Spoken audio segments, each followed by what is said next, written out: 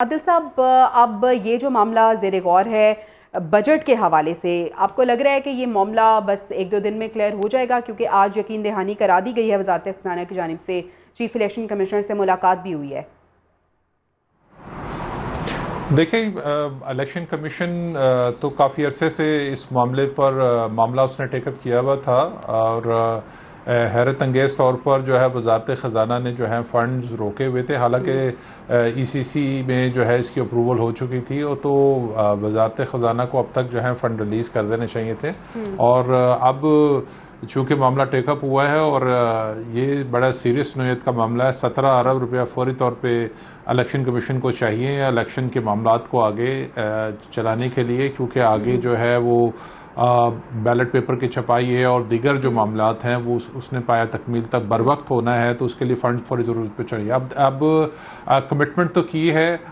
वज़ारत ख़ज़ाना ने कि वो बर वक्त उनको अगले एक से दो दिन में जो है फ़ंड जारी कर देंगे। अब देखते हैं कि वज़ारत ख़ज़ाना अपनी इस कमिटमेंट पर पूरा उतरता है कि नहीं उतरता। चूँकि ये ऑलरेडी मामला सुप्रीम कोर्ट ऑफ पाकिस्तान में भी टेकअप हुआ है और उस पर चीफ जस्टिस एक वाज़ा डायरेक्शन दे चुके हैं और इससे पहले वो इलेक्शन कमीशन को और प्रेसिडेंट को जिम्मेदारी भी उन्होंने डाल दी थी कि उनकी जिम्मेदारी थी कि वो बर वक्त इलेक्शन करवाते। और अब इस मौके पर अगर हुकूमत की तरफ से कोई जो है वो ताख़ीर की जाती है फंड्स के रिलीज़ करने में, तो यकीनी तौर पर ये इलेक्शन की ताख़ीर में या इस तरह की कोई भी हर्डल क्रिएट करने पर जो है जिम्मेदारी वफाकी हुकूमत पर आएगी। अब देखते हैं कि मामला कितनी जल्दी रिजॉल्व हो सकता है। सामने आया है अब इससे वो जो र्यूमर्स थी कि हो सकता है अगर कोई गैर मामूली हालात होते हैं तो इंतखाबात थोड़े आगे जाएंगे, पीपल्स पार्टी कह रही है, मुस्लिम लीग नून चाहती ही नहीं है कि इंतखाबात हों, तो क्या ऐसा हो सकता है कि अगर बजट टाइम पर रिलीज़ नहीं होता तो इंतखाबात थोड़े आगे चले जाए? नहीं, ऐसा नहीं हो सकता, मुमकिन नहीं है ऐसा। ये हुकूमत वक्त की जिम्मेदारी है, निगरान सेटअप को लाया ही इसीलिए गया था और अगर वो उसमें अपने ताखीरी हरबा को इस्तेमाल करते हैं तो यकीनी तौर पर अकाउंटेबल इसमें होंगे। ये सिर्फ इस बुनियाद पर इलेक्शन जो है वो आगे नहीं जा सकता, उसके लिए किसी और किस्म के हालात हैं। जैसे हमने 2013 में देखा कि 2008 में देखा जब बीबी की शहादत हुई थी, तो उस वक्त ऐसे मुल्क में हालात हुए थे जिसकी वजह से इलेक्शन जो है वो उसमें ताख़ीर करनी पड़ी थी। तो अब खुदा न खास्ता मुल्क में फ़िलहाल तो ऐसे कोई हालात नहीं है कि जिसकी वजह से इलेक्शन में ताख़ीर हो। इलेक्शन की जो ताख़ीर है उसकी वजूहात कुछ और। बात करें तो हर रोज़ हम देख रहे हैं कि जोड़ तोड़ की सियासत हो रही है, मेल मुलाकातें हो रही हैं और स्पेशली ऐसे में मुस्लिम लीग नून हमें बहुत एक्टिव नज़र आ रही है। मौलाना साहब से आज जो उनकी मुलाकात हुई है, राना सनाउल्लाह साहब कह रहे हैं कि सीट एडजस्टमेंट के हवाले से कोई बात हो सकती है और एक 1-on-1 मुलाकात भी अब तय हो गई है मौलाना और नवाज शरीफ के दरमियान। हमने अब इसी प्रोग्राम में इस बात का जो है वो इम्कान जाहिर किया था कि जो फितरी इत्तेहाद हो सकता है दो बड़ी पॉलिटिकल जमातों में, वो JUI और पाकिस्तान मुस्लिम लीग नून है, क्योंकि दोनों प्रो स्टैब्लिशमेंट उनका जो है माजी रहा है। सिर्फ जब इमरान खान को इक़्तिदार में लाया गया था उस वक्त इन दोनों जमातों का बिहेवियर तब्दील हुआ था, लेकिन इस वक्त दोनों जो है वो इत्तेहाद इसलिए बेहतर अंदाज में लेके आगे चल सकती हैं क्योंकि बलूचिस्तान के अंदर JUI की बड़ी मजबूत पोजीशन है, KP के अंदर भी उनकी पोजीशन मजबूत है और अंदरून सिंध के अंदर भी जो है वो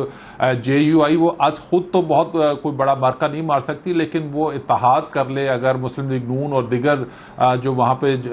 जमातें हैं, छोटी जमातें हैं, उनके साथ इत्तेहाद करे तो अंदरून सिंध के अंदर भी बड़ी कई सीटें निकालने में कामयाब हो सकता है ये इत्तेहाद। तो अभी तक जो सूरत हाल नज़र आ रही है उसमें जो मुस्तकबिल का सियासी मंजरनामा है उसमें बलूचिस्तान के अंदर नून और JUI की मखलूत हुकूमत नज़र आ रही है, और KP में भी JUI और मुस्लिम लीग नून की मखलूत हुकूमत नज़र आ रही है। मरकज़ में आप देखते हैं कि उनकी किस तरह से एडजस्टमेंट होती है कि मरकज़ में मौलाना की ख्वाहिश है कि वो सदर ममलिकत अगर नवाज शरीफ वज़ीर आज़म बनते हैं या मुस्लिम लीग नून का कोई भी जो है उम्मीदवार प्राइम मिनिस्टर बनता है तो JUI की आप देखते हैं कि वो कितनी सीटें निकालने में कामयाब होती है। इससे पहले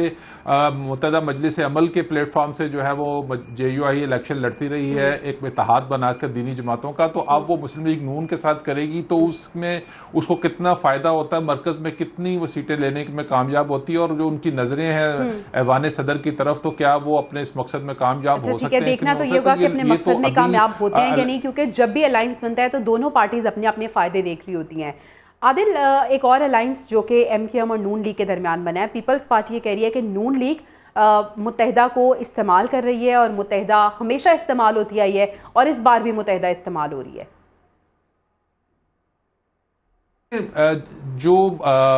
ट्रम्प कार्ड होता है वो हमेशा मुत्तहिदा के पास एक थोड़ी सीटें होती हैं, लेकिन अगर मखलूत कोई पार्टी वाज़ेह अक्सरियत ना ले तो उसमें मुत्तहिदा की पोजीशन हमेशा से जो है वो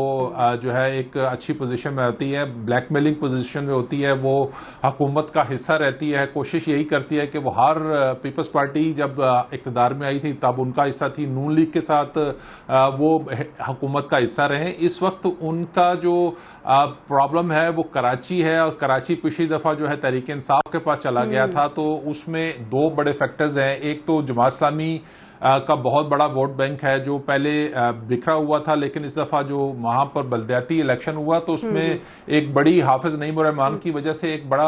अच्छी पोजीशन में जमात इस्लामी का वोट बैंक देखना ये होगा कि कराची की आवाम को कौन सी जमात राम करती हुई नजर आ रही है। बहरहाल जो अलायंस हो रहे हैं उस पर यकीनन तनकीद का सिलसिला भी जारी है, लेकिन मुस्लिम लीग नून इस वक्त धड़ाधड़ मुलाकातें करी और अलायंस के बारे में सोचा जा रहा है। बहुत शुक्रिया